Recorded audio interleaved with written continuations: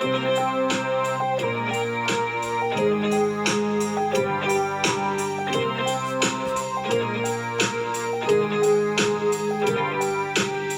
everyone, and welcome to another episode of the Lunch Hour Sports Podcast. Here with your hosts, Jacob Smedley, Sam Betts, Justin Rehan, and Nathan Romanoff. Our topics today, it's finals, Lunch Hour Sports Podcast edition. The NBA and NHL finals are in full swing. We will have all the coverage for you and some news in the NFL. Aaron Rodgers is with a new team. The draft is over, and DeAndre Hopkins is searching for a new team. Now, here's Sam Betts. He is back. Sam, where'd you go on vacation? You left us. Now, he's got the NBA Finals coverage. What's up, Sam? Yeah, Jake, I'm sorry I wasn't able to be here on the last episode. However, I'm here now, and I'm talking about the NBA, which I haven't talked about in a while. But we do have the NBA Finals going on. We have the 8 seed Heat making it all the way. They've had some tough competition, but they've been able to make it there. A little nerve-wracking at some points, but we'll talk about that. And the Nuggets, we have the 1 seed Nuggets from the West, who have been steamrolling everyone. And it's been interesting series so far. Only one game. Unfortunately, we have the Nuggets who won 104-93. I would like to see the Heat win. I'm just gonna say that right now, just because I want to see Jimmy buckets keep moving, It's man. hard not to root for him. It's hard not to root for him. We'll kind of talk about why this Heat team is kind of the underdogs, not just because of the 8 seed, but because some of their players. First of all, how do we get here? How do we get here to the Nuggets versus the Heat? So we have the Nuggets. They defeated the Timberwolves in the first round, 4-1, pretty easy. They defeated the Suns 4-2. They beat down Devin Booker and Kevin Durant. And then the Lakers, they steamrolled 4-0, man. They killed the Lakers, and they no competition. It was surprising, Sam. I thought that the Lakers at least 5 or 6 games, but just the way just look at the stars. Murray and Jokic compared to LeBron and AD is like really in 3 out of the 4 games, it was either one or the other for the Lakers, and for the Nuggets, it was really both of them. I know Jokic had a kind of a rough game 4 there at the end, but really turned it on late, but it seemed like every game you were getting production, some production from Jokic. Murray was phenomenal. And the Lakers, you had LeBron's big game 4, but it just seemed like Anthony Davis wasn't there, or just there was a mixed combination when it came from the stars. And I think that's eventually what won out. Yeah, I think the Lakers just did not really execute that well.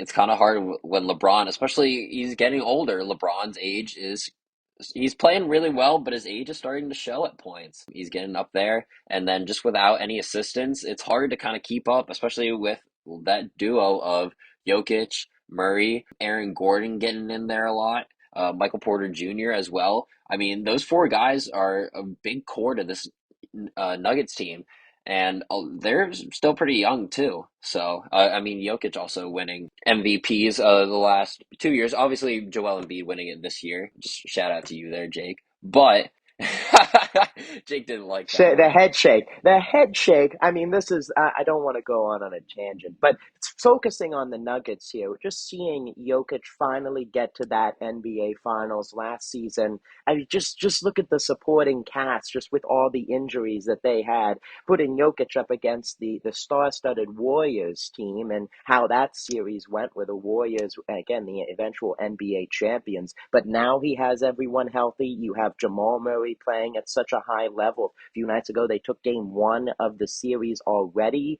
versus the Heat. Not to get too into that one, but have everyone healthy, and we're really seeing Jokic get to that next level. We see all the triple doubles and everything during the regular season, but the playoff performance, he's carrying that play into the playoffs, and it's really impressive to see. And I think he's been averaging a triple double in this playoff too, which is just even more impressive. I mean, he is the real triple double machine. Moving on to the Heat had a very easy start, 4-1 against the Bucks. I mean, beating Giannis like right away, and I think for the Bucks, this was the toughest 8 seed that they've probably ever faced. Then moving on to the Knicks they beat them 4-2 in the series. But the Celtics now the Heat went up 3-0 against the Celtics, and then the Celtics took Game 4.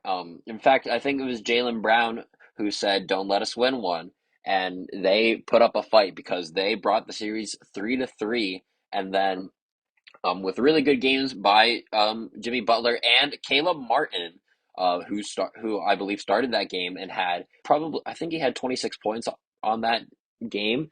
I mean, they sealed it and they won it for them. I think it was like 107. It was 107 to 80 something. I don't remember off the top of my head, but I mean, 4-3, they beat the Celtics and they made it to the finals. I think the biggest thing, Sam, on that series, just for a quick second, I mean, yeah, 3-3, getting really nervous there, especially Heat fans, seeing the interactions on Twitter, social media. Of course, Celtics trying to make history, the first one in NBA history to try and come back from a 3-0 deficit. But this the Heat, the road warriors throughout the entire playoffs. I think I heard one of the stats that was going on the broadcast where they had lost like 4 or 5 home games throughout the playoffs, or even like specifically the Heat and the Celtics, was like the past 2 years, the team on the road has been winning games at such a high rate, and the Heat winning 3 games in Boston. Sixers won two in the series. They lost the series prior, but the Heat 3 games in TD Garden, losing those games at home. I mean, cost them, but the way they were able to win on the road was just impressive. It is very impressive. They were definitely feeding off the Celtics hate. I mean, those Celtics fans they're cutthroat. Boston fans are cutthroat. But I mean, to be able to They're feed off of that despicable. energy. I agree. Say it I as it is. agree. They're despicable. But to feed off that energy and just come out and get the win, I mean, they needed that, and they most certainly did it. Looking at game one here, and game two started probably, I would say, 20 minutes ago, almost half hour ago. Live predictions. We're getting the live predictions We'll here. get there. I haven't looked at the score, but looking at game one, in all the series that the Heat have played in, they haven't won a game one this year in this playoff series. But they've just been able to kind of come back and charge in, and they lost game one, like I said earlier, 104-93. The Nuggets top performers, Nikola Jokic, 27 points, 10 rebounds, 14 assists. That triple double still working for him. Jamal Murray with 26.6 rebounds, 10 assists. So I mean, those two are working. There, the pick and roll. I know Jamal's been feeding Jokic the ball here and there. I mean, it's working for them. Aaron Gordon and Michael Porter Jr. have been coming in to support. Aaron Gordon had 16.6 rebounds. Michael Porter Jr., 14 points, 13 rebounds. I mean, these two are working, and most of the bench didn't even play. I think they had 3 guys come off the bench, with Bruce Brown having 20 minutes of action. But if you look at the Nuggets, Jokic had played 40 minutes, Jamal Murray 44 minutes, Aaron Gordon 36 minutes, MPJ 43 minutes. I mean, these guys were on the court. Like, I don't, none of these guys were taking any breaks. Maybe to get like a sip of water and then you're back on. Yeah, I think the biggest thing, you talk about the players, but I'm going to look at the two head coaches, Sam, and I think this game too is going to really see what Eric Spoelstra brings to the table for the Heat. I mean, looking for his third NBA championship as a coach. Personally, I think the best coach in the game right now. What he's been able to do these playoffs, and I'm interested to see their adjustments, going from more of a zone defensive scheme against the Celtics, where they were more willing to just move around the perimeter, force Boston to take tough threes, to more of a, Jokic, who's more of a facilitator. They've got cuts moving around him. See if they go to maybe more of a man to man, the different looks they throw at the two-time MVP in the Denver offense. And then Mike Malone, who's no slouch himself, what he's able to do offensively to create those opportunities. One matchup, Heat offense versus Denver's defense, which hasn't been the greatest, at least in my opinion, in these playoffs. So maybe something to monitor throughout the series. Definitely, Jake. If we look at the Heat here, we just kind of look at the scoring breakdown. Bam Adebayo was definitely the guy keeping the Heat in this game. 26 points, 13 rebounds, 5 assists.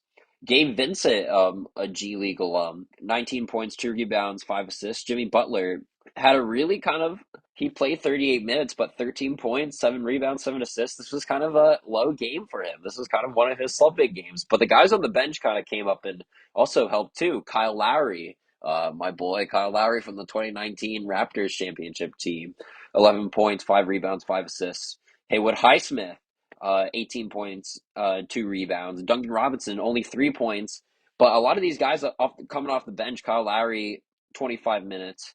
Haywood Highsmith, 23 minutes. Duncan Robinson, 21 minutes. These are guys who are coming off the bench and getting a decent amount of minutes to give these guys a lot of rest. Bam played 39.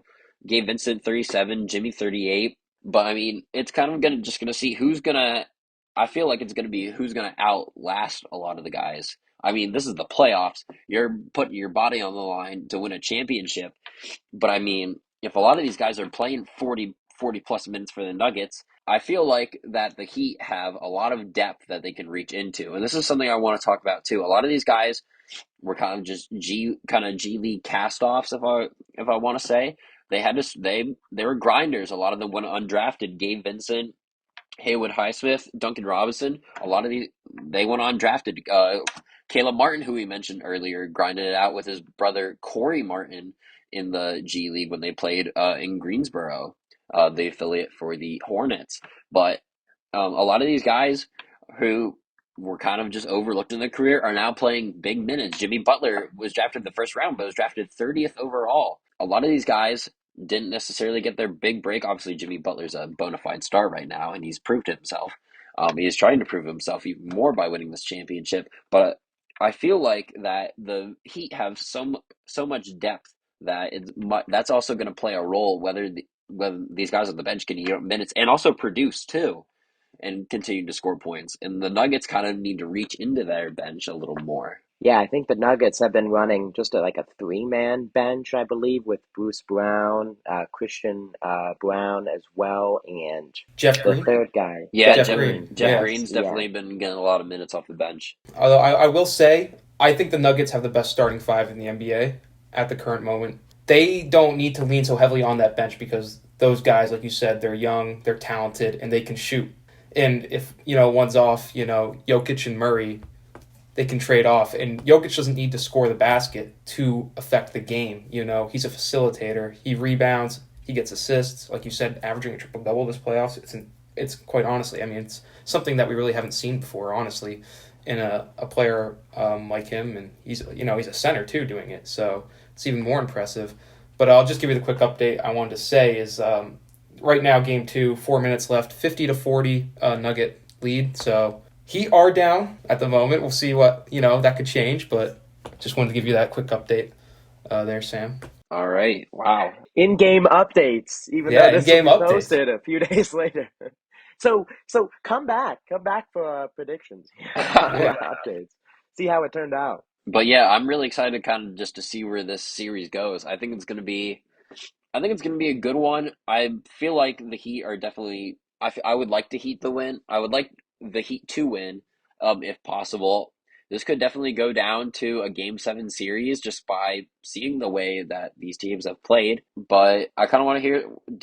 Jake? Do you have any predictions, or Nate? You have any predictions? I think mine right now, I'm gonna say Nuggets in 6. I feel like it'll go 6, but as Nate mentioned, I think Bam will do his best against Jokic, but I don't Bam has not played my opinion, then this is from a Sixers fan, listeners out there, the best center in the league. Jokic, what he can do all over the floor defensively. I think the Nuggets, on paper, head coach, I give it to the Heat, but the roster, I give it to the Nuggets, and that's why I have them in 6. Yeah, I have to agree with you, Jake. Listen, I'm a huge Jimmy Butler fan, like you, Sam. I'd love to see him win a championship, but it's Denver's year, man. And Denver undefeated at home. They're up now as we speak in Game 2. I think that'll continue. I think they'll go up 2-0. I think that they can take the series. I think they can take it in 5, but I'm going to say 6 like you, Jake. I think that Jimmy Butler will the Heat to at least 2 wins in this series, but it's just the starting 5, Jokic, Murray, the way they've been playing, it's too much for the Heat to handle. And Denver, the Nuggets, I think they'll get their first NBA championship, which, hey, good for them. That's exciting. So it's good for the city of Denver. Well, I'm gonna go Heat in 7, and like I'm just gonna go against the Oh, grain. I'm come going against the on. Wow. grain. I know. I'm going against the grain, Wow. and I'm probably gonna be wrong, but I would, like I said, I just want to see Jimmy. I want to see Jimmy get this chip, man. It's just about for me. I feel like all these guys are young, especially for the Nuggets. Like they're able to play really well. I feel like just if the guys on the Heat bench, like I said, Duncan Robinson, Haywood Highsmith, Kyle Lowry, are able to get on the court and are able to play really well along with the starters, and they just keep up that production, I think they're going to be able to outplay them. It's just about who's going to outlast who on the court and who's going to keep up that energy. And I feel like if the Nuggets don't dive into their bench, then I feel like those guys are going to get tired. And they may not. They may power through, but I They mean, haven't needed to, though, Sam. And they look how haven't they've needed done. to. But this playoffs is these playoffs have been a long series, and they've been long. So I know why Sam picked the Heat. He wants Kyle Lowry to get another chip. That's my Yeah, thoughts. I That I cracked mean, the it code. wouldn't hurt. I wouldn't be mad, but I'm gonna go Heat in 7, and we'll just have to that's see. fair. Yeah. I kind of wish the games wouldn't have started yet, but we don't play these podcasts too well in advance. No. But it is what it is. Yes, we It's apologize still to the anybody's fans out series. there. Still anybody's series, Sam. Yes, I would yes. agree. Hey, we saw what happened with the Heat Celtics. Celtics almost came back and won that series. So it's never over. Moving on to the NFL, we had our draft recap, not draft recap, draft preview. We went through picks. We went through our predictions. Let's see how we did. Maybe I don't know. I feel like I may have done well, Justin. Let's get an update here. We got Rodgers too. Jacob, you did Hopkins. fantastic, actually. I mean, what can I say? What can I First say? person to I go five BS for that five. like 10 minutes before. Yeah, yeah, you did a great job. I'll be completely honest. I don't know. I think he's got somebody on the inside. I think he's I got think so insider too. knowledge. Yeah, I think he's I got got Ian Schefter Rappaport on the call. phone. You know, Yeah. Schefter. Aside from our performance in the draft, let's talk about the performance of these teams and how they did. Now, I guess specifically, I want to call out 2 teams, and then maybe we can call it a couple more as well. But I just want to say maybe one winner, one loser. I want to call out first. I was going to say good way or bad way. Eagles. Yeah. Philadelphia Eagles, winner this draft. The Eagles had a great draft, getting Jalen Carter at 9. That's amazing. Amazing value for them. And then Nolan Smith all the way at 30. Just a fantastic pick, a teammate from Georgia. It's gonna bode very well for the Philadelphia Eagles in the future. I You think mean their the defense Philadelphia is- Bulldogs? Philadelphia Yeah, Bulldogs or basically now. Georgia Eagles. Yeah, the Georgia Eagles, they're going to, look very good this season. Again, potentially take it all the way. Yeah, I agree. I agree, and maybe it's a good thing that Peter is not on this episode to boast his opinions, but to say we love Peter's opinions. Make that very clear. But but yeah, I agree. I think the pick, a steal for Jalen Carter at 9, being able to snag him. But I wouldn't be surprised if Nolan Smith down there at the bottom of the first round perhaps might have a better year. Those two, I think, on the defensive line, you slide Nolan Smith in there alongside Hassan Reddick, who very similar build, can kind of teach him the ropes, if you will, on the edge at that frame. And yeah, I think getting those guys, Kelly Ringo, a cornerback from guess where? Georgia. I think him being able to also learn underneath Slay, really defensive heavy draft. And Yeah, you can also trade for a disgruntled running back in Detroit, DeAndre Swift, to add to your room. I mean, of course, the injuries are the major concern, but the hope is, at least from the Eagles, it sounds like, is putting him in front of arguably a top 10, top 5, depending on what circles you're talking to, offensive line.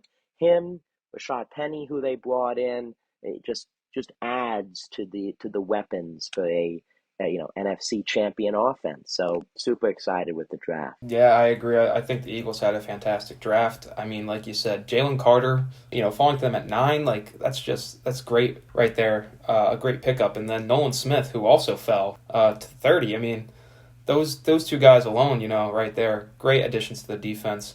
And like you said, they were also able to get DeAndre Swift.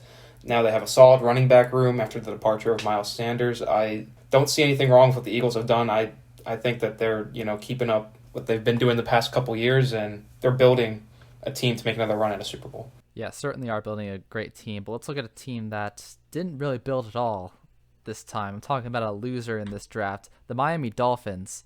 One of the only teams to not have a first-round pick, but not because they traded it away, because it was stolen from them, because they did something very wrong.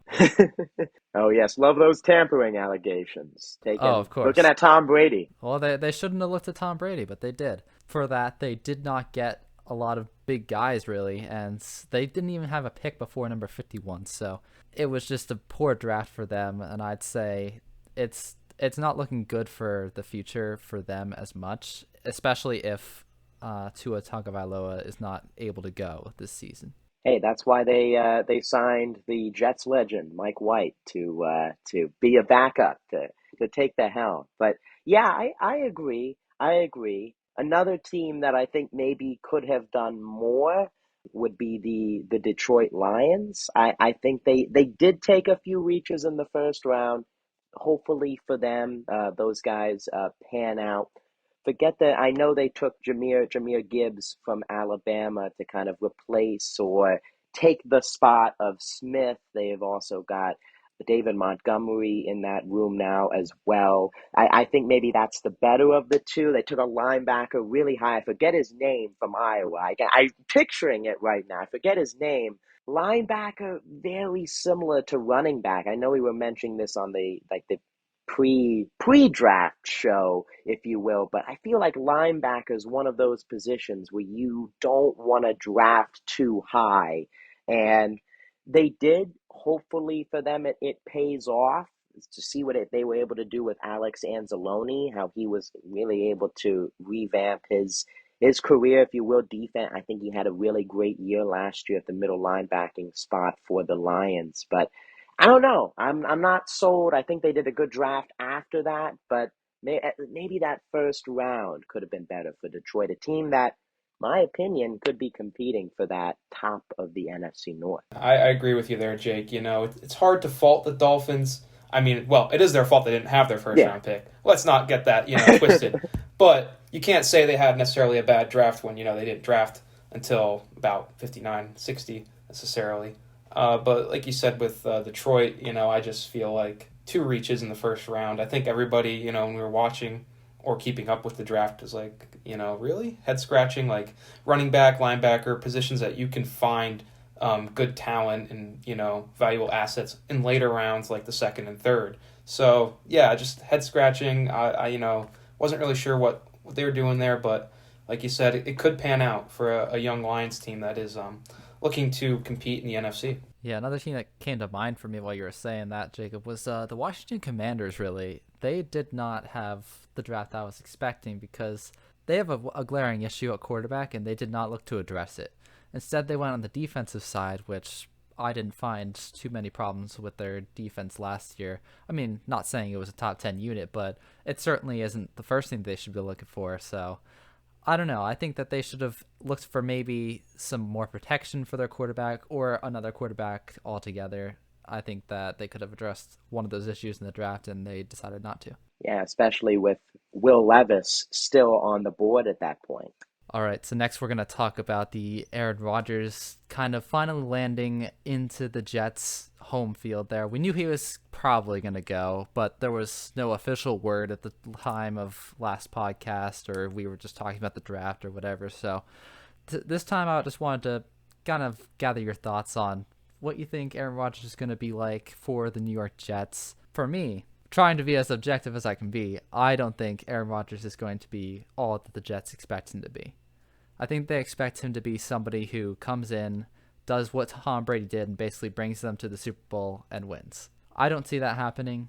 I see him at best taking them into the wild card round of the playoffs and then making an early exit. But I don't know, maybe I'm just being biased. What do you got for me, Jacob? Yeah.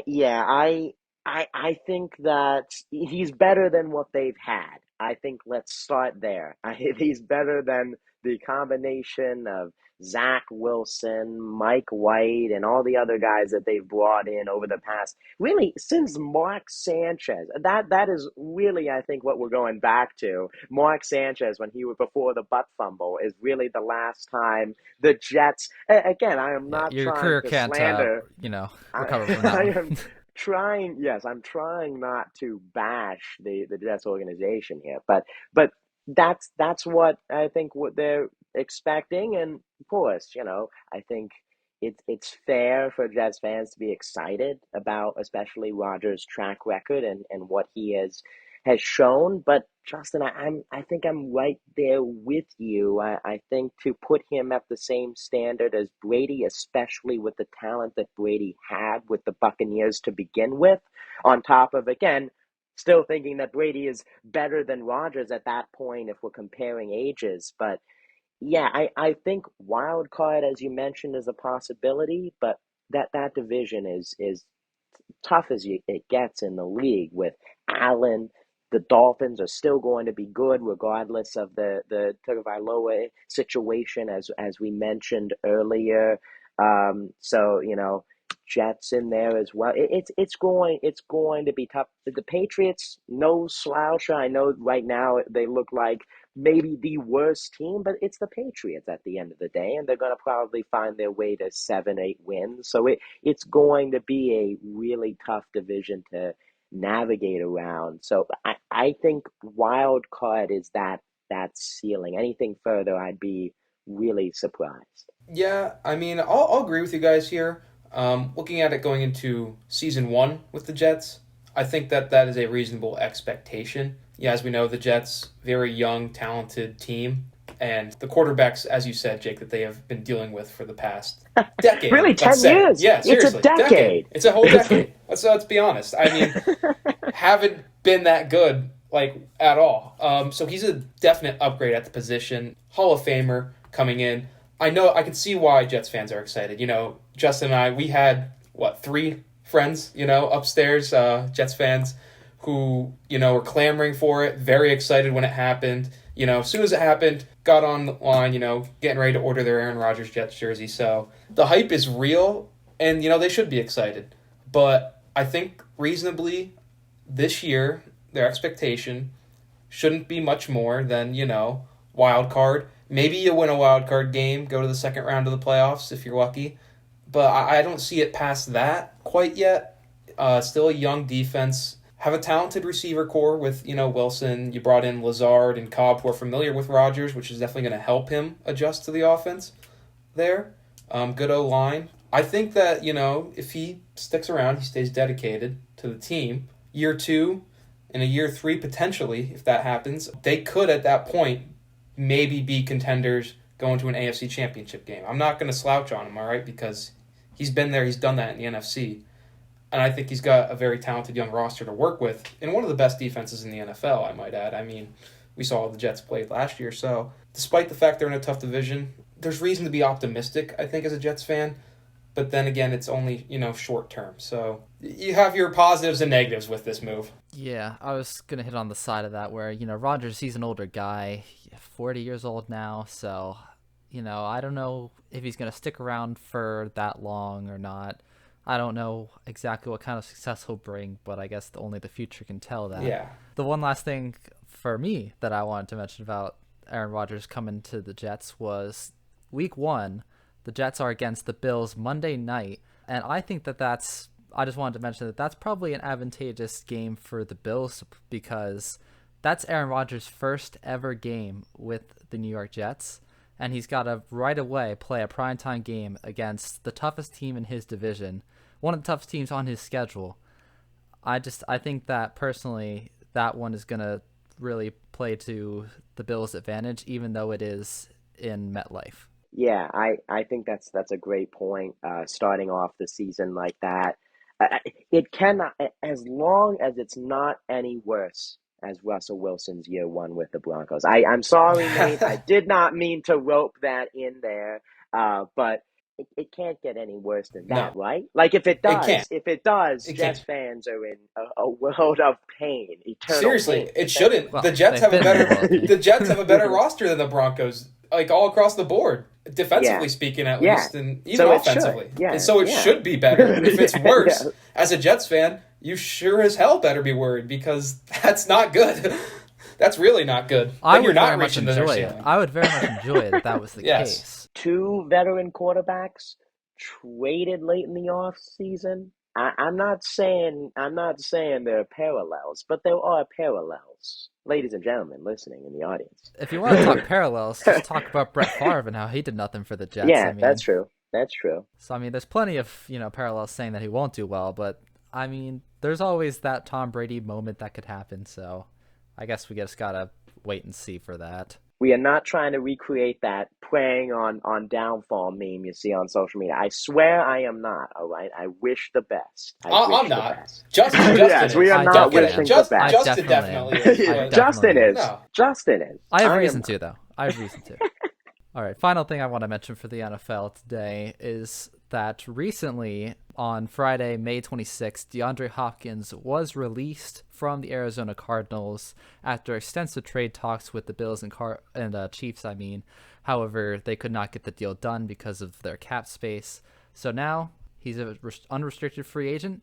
Where does he go? I think he goes to Baltimore. I think he goes with the Ravens.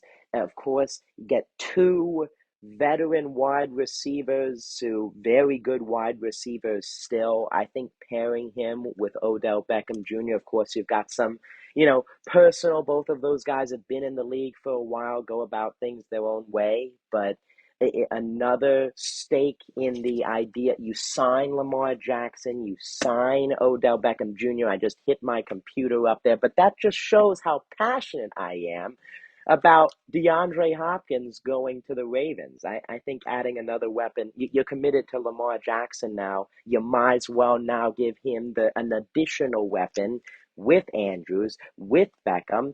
I mean, that is a offense that you can make the case that could win that NFC North division, as good as the Bengals are. If D-Hop wants to win a Super Bowl, he knows where to go. Go to Kansas City. It's set up perfectly. I mean, if you want a championship, if you want a Super Bowl, you go to the best team in the NFL, the reigning defending Super Bowl champions, the Kansas City Chiefs, who, could use some receiving help. I mean, they were able to obviously do without Tyreek Hill this past season. They brought Juju in, but now Juju's gone. I believe he's gone to the Patriots, if I'm correct there. Yeah. So, they're missing a true number one. D-Hop, given his age, if he wants that championship, you know where to go. Go play with the best quarterback in the league. Go play with the best team in the league. Go play with Kansas City. And, very likely could end up winning a Super Bowl. So that's my 2 cents on it. That's a great point, but counterpoint to that, he will not do that because cap space. Straight up. The Chiefs have $600,000 in cap space left. They're not going to be able to sign a guy like DeAndre Hopkins. Rework some things. Rework What? something. How are you going to get that much all money? right, that's fair, but if money isn't your objective, and I get it, he probably wants his money, but still, come on. If you want a Super Bowl, you go play with them. That's where you're going to win. I understand. Regardless of the money. Yes. Yeah, I Take understand what you're pennies. saying. Take pennies to go get a ring. I think that there's many teams that he could do to get that chance. He could, try for the Bengals, try for the Bills, try for the Chiefs, cap space aside, see if they'll give him what he wants. But I think the Ravens is the most likely option. However, I'm going to go against that, go with another contender that he could go to and win the Super Bowl with, the Philadelphia Eagles. I think Oh that my. if they wanted to sign him, if the Eagles wanted to sign him, okay. I gotta mention the Eagles as much as I can when Peter's not here, because otherwise I don't want to talk about them. But I think that if I he am went to the shocked, Eagles, yeah, I think floored. if he went to the Eagles, they would be the best roster in the NFL, undisputed. I think they would win the Super Bowl next year. So if they can get that deal done, if they want to get that deal done, DeAndre Hopkins has expressed interest in playing with Jalen Hurts. If he repeats his success from last year, I think that they would win the Super Bowl. Now, I would love DeAndre Hopkins on the Eagles as much as the next guy. But where would you put Devontae Smith then? Who I know he didn't maybe have the same season he had as a rookie, but it You just hit is him over into still the I slot, you know? okay. Okay.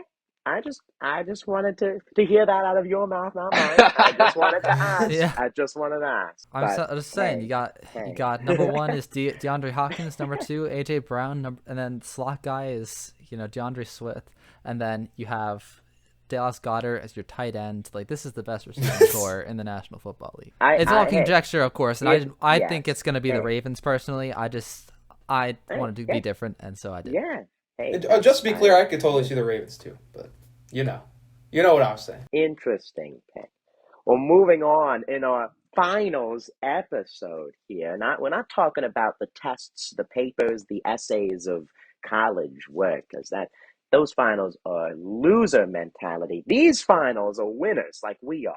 NHL finals. We talked about the NBA finals earlier.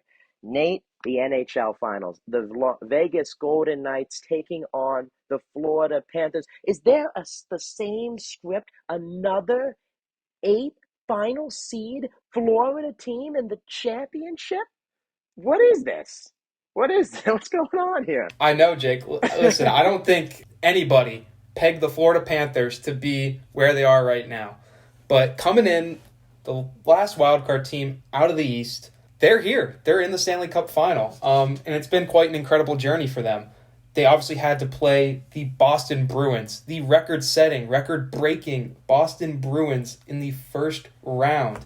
And they were able to take them out in 7, winning Game 7 in Boston in overtime. I remember watching it. Incredible. I couldn't believe it. I was shocked. I mean, especially after Boston was up in that series, Florida came back, they fought, and took it. Game 7 overtime. Round 2 then, they went on, played Toronto, who in their own right had a terrific season. Finally broke the curse, got out of that round 1 playoff. And then they get bounced. Then they get bounced. You're right. Bounced they were. Gentleman's sweep, as you would like it. 5 games. Panthers move on.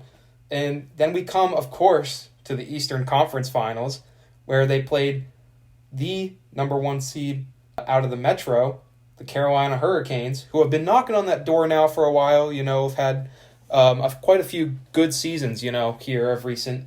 And after a legendary, Game 1, going down to the wire, 4th overtime heartbreak for Carolina, they couldn't come back, and the Panthers went on to sweep the Hurricanes. Yeah, I mean, what a run by the Panthers. Watching those Hurricanes-Panthers game, again, for those watching, roommate here down in Edenton, Ben, shout out Ben, big Carolina Hurricanes fan, but just the tight games and the Panthers winning in so many different ways, and I think it starts with Matthew Tkachuk and Alexander Barkov, the captain, and it just the impact that they played offensively. Just watching all of those games, so they really set the tone.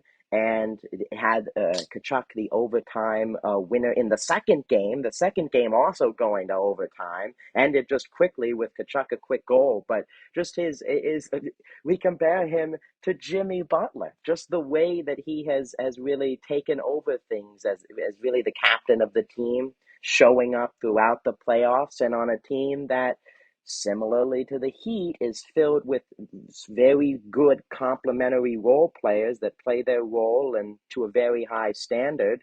You could say Bobrovsky is the Bam Adebayo, if you will. In net has been strong, a stalwart in there. It's just been impressive to watch. Definitely, Jake. And as you mentioned, Matthew Tkachuk, been on a tear, 21 points this postseason, 9 goals, 12 assists, coming up clutch in overtime, getting those game-winning goals. And you said complementary pieces. Guys like Carter Verhaeghe, Barkov, the captain, Montour, those guys have been playing valuable minutes and really showing up big time for that Panthers team. And then Bobrovsky. I mean, what else could you say about the guy? Won the Vezina twice in his career, both with Columbus, which is hard to believe if you think about it, but he did. This postseason, 11 wins. He's got a .931 save percentage. I mean, he's playing lights out. He's playing terrific. But as we move to the other side of the Stanley Cup bracket, we look at the Vegas Golden Knights, the number 1 seed in the Western Conference. Had a terrific year once again. Vegas, they've been great ever since coming into the league, not only 6 years ago. I mean, it's kind of insane. But round 1, played the Winnipeg Jets, beat them in 5, went on to round 2 and played the Edmonton Oilers, who many thought, this could be Edmonton's year. Connor McDavid breaking that 150-point mark in the regular season. He was just incredible. And then also Draisaitl. But no, Edmonton couldn't get it done. Vegas beat them in 6. And then moving on to the Western Conference Finals, we had them up against the Dallas Stars, where they were also up 3-0 in that series.